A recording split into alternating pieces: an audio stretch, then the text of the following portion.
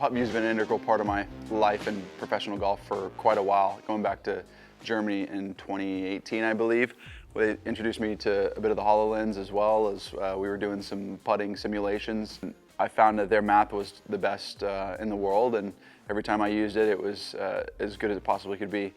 So for me to get another system, I mean, I had one in my old house, and I wanted to make this more of a staple piece for Puttview, a staple piece for anyone wanting to put a system in their house. This is obviously over the top, but definitely something I need for my professional lifestyle. I can't tell you how appreciative I am of Puttview for what they've done for me and how we've worked together to make myself one of the best putters in the world, as well as showcase some incredible technology that you guys have that can help anyone and everyone across the world in golf.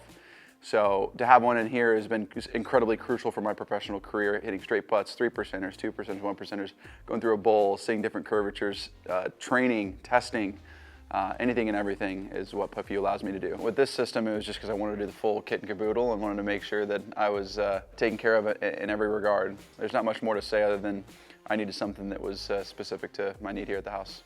There's a lot of ways that Puttview helps me as a professional golfer, and I've even said it on a bunch of my YouTube videos before.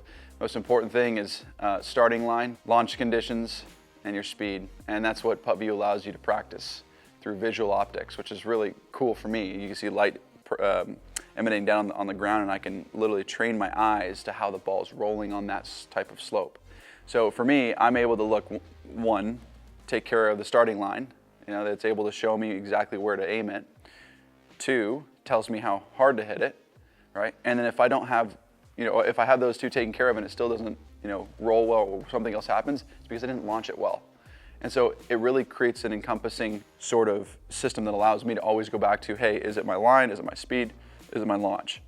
And that's what this system continues to allow me to do. So I don't have to go drive to a golf course to get better at putting. I can just be right here in my home practicing and get almost better work done because the light emanated on the ground, you can see the line way better than you would be able if you're just putting on a normal green, obviously. So I think that's what's so cool about it is you're able to take care of those three principles for me that allow me to putt my best. And it's just continued over the course of my career. I've continued to get better at putting over my professional career, and that's what Puttview has allowed me to do. In this space, I tried to have any planar surface possible.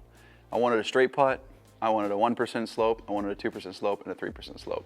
And in this space, we came up with the idea of what you can see back here as being a 3%, 0%, 2%, 1% slope. So it's kind of a unique, you got a little bit of a crown, then a bowl, and then 3% on one side. So it was just a unique shape and design for me where I can go hit a 3%er, 2%er, 1%er, and know exactly what I'm getting. You can make any design you want. You can do crazy, weird mini putt-putt sort of things. You can do whatever you want. But for me, in professional golf, I wanted to make sure on a 1%, 2%, 3%, which I practice every day on the golf course out there, I wanted to make sure I had that honed in, and that's what we did. I've talked to Christoph for a long time now, and he is incredibly smart with how a ball rolls on the green and different surface types and whatnot. And so it's been nice to pick his brain on some stuff, as well as give him feedback on what new little pieces of technology that I could use to maybe enhance my practice or enhance my performance. One of the things was ball tracking was a huge deal back in the day. It would be so great to track the ball, and it's been huge for users. I think everybody loves it, and it's really cool technology that helps people get a lot better. The other is some speed parameters showing how hard you need to hit certain putts. I think we've been talking about that quite a bit, and that's really cool to see as well. And then I would also say just the alignment tools on the ground, so you're just making sure you're consistent no matter what slope you're on. When you think about it, you go from a 3% slope to a 0% slope to 1, whatever it is, different angles. That projection down there makes you set up the exact same way no matter what, which is really cool, and I think that's a great way to practice. So there's been numerous times where I've thrown feedback at him, and then he's thrown feedback back at me, and it's been pretty good banter back and forth. So how would you say do you facilitate Puttview when you prep for a tournament? Yeah, so the first thing I would do is go to a straight putt. I'd make sure that I'm starting it on my line, it's rolling well. And then I'll usually go to like a 5-footer left to righter or right to lefter, and I make sure I've got a 3% at this speed, it's breaking this much, and I can see it, it's flowing into the hole perfectly, it's launching well. Just taking care of those three factors, the line, then you have speed, and then you have launch. So if I got those three things working, I mean, my job's done. I've used a lot of Putview's numbers for a long time, but the numbers, we've come up with our own system in regards to how far to aim outside the hole, and it's all in my head. I've memorized most of it, and extrapolated it out in my head. Puttview provided me the numbers. I will say that that 40-footer, I vividly remember going, all right, it's 21 feet to the top, 18 feet down after that little crown part. And I said, okay, I want to hit this thing 14 feet from the top to the hole. And then I wanted to hit it 25 feet or something, like 26 feet on the top, so it was like a 40-footer. So I wanted to hit a full 40-footer, and I practiced 40-footers my entire life on Puttview, outside, practicing numerous times, and we know what the ball speed needs to be for me to hit a 40-footer. And I've practiced it quite a bit, so I know what it feels like, whatever that 10.1 miles per hour is. I know how hard to hit it. And so all I was focused on was the math in my head that I had done for a long time. And you don't have to do that, you know, you don't have to obviously do that, but for me, that's what I did. I knew how much it needed to break up to the top. I knew how much it needed to break from the top to the hole.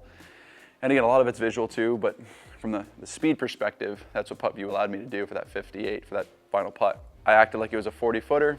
It was uphill the first part, downhill the second part. I calculated it, equaled out to about a 40-footer.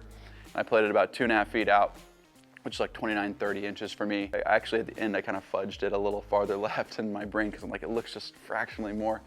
That's what I do. When I hit it, my whole thought was, just don't leave yourself a 3-footer. I don't want to have a 3-footer left.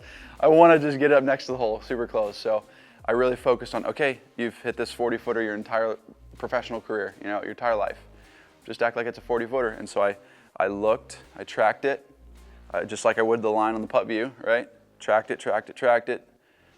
The amount of time it took also for the ball to get to the hole is super important. So I was tracking the ball as it was actually rolling on the ground, and you can actually see my head just turn at the pace of what the ball was going to be doing. And that's what you do with the ball tracking and everything there too. It shows you how long it takes to get to the hole, right? So it gives you a good perspective on how much speed you have. So I did that, and I took it 40 feet back and I hit it, and I just felt the putt, went up the hill, went down, and 3 feet I'm like, this is gonna go in. And you know, 2 feet out I'm like, this for 58, this for 58, and I just jumped in the air when it went in. So what part did you think it was going to go in? When did you it was about 3 feet out. Yeah. It was like, I got up and like, okay, this is great speed. I'm like halfway through the putt, I'm like, thank goodness, this isn't going to be too far. I know it. And then 3 feet out, I'm like, oh my gosh, this is going to go in. This is for 58. And I just said that in my head really quickly. I remember saying it. And I just went nuts.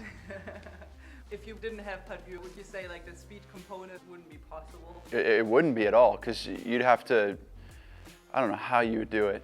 You'd probably have to video it and then re-record it or just look at it and just see how long it takes for the putt to get there. But the best part about the Puttview system is the speed component, and that's the thing I wanted to touch on last. I know I talked about line, speed, and launch. Launch is important, speed's important as well, but it's probably the most important thing in the Puttview system. The ability for you to see how long it takes that line to get from your starting point to the hole.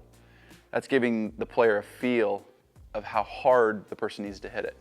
And sometimes people don't really understand it. It's the best way I can describe it is if you're over a putt and you hit a putt, that ball takes a certain amount of time to get to the hole. If your brain can lock into where that ball is going over the ground all the way to the hole and the time it takes for that ball to get to the hole, your body starts to develop almost a feel like you're throwing a ball. Like, you know, when you throw a ball with a certain amount of energy to a person, you know where that ball is kind of going to go and how long it takes to get there. Subconsciously, you're not really thinking about it. It's a very feel-oriented thing. And the best part about this system is that it just gives you that trajectory already, and your brain can just start to acclimate to what pace the ball needs to move at. And over the course of time, your brain gets really good on that speed of what it needs to do going into that hole. So I think that's one of the best parts of the system that is probably not talked about enough.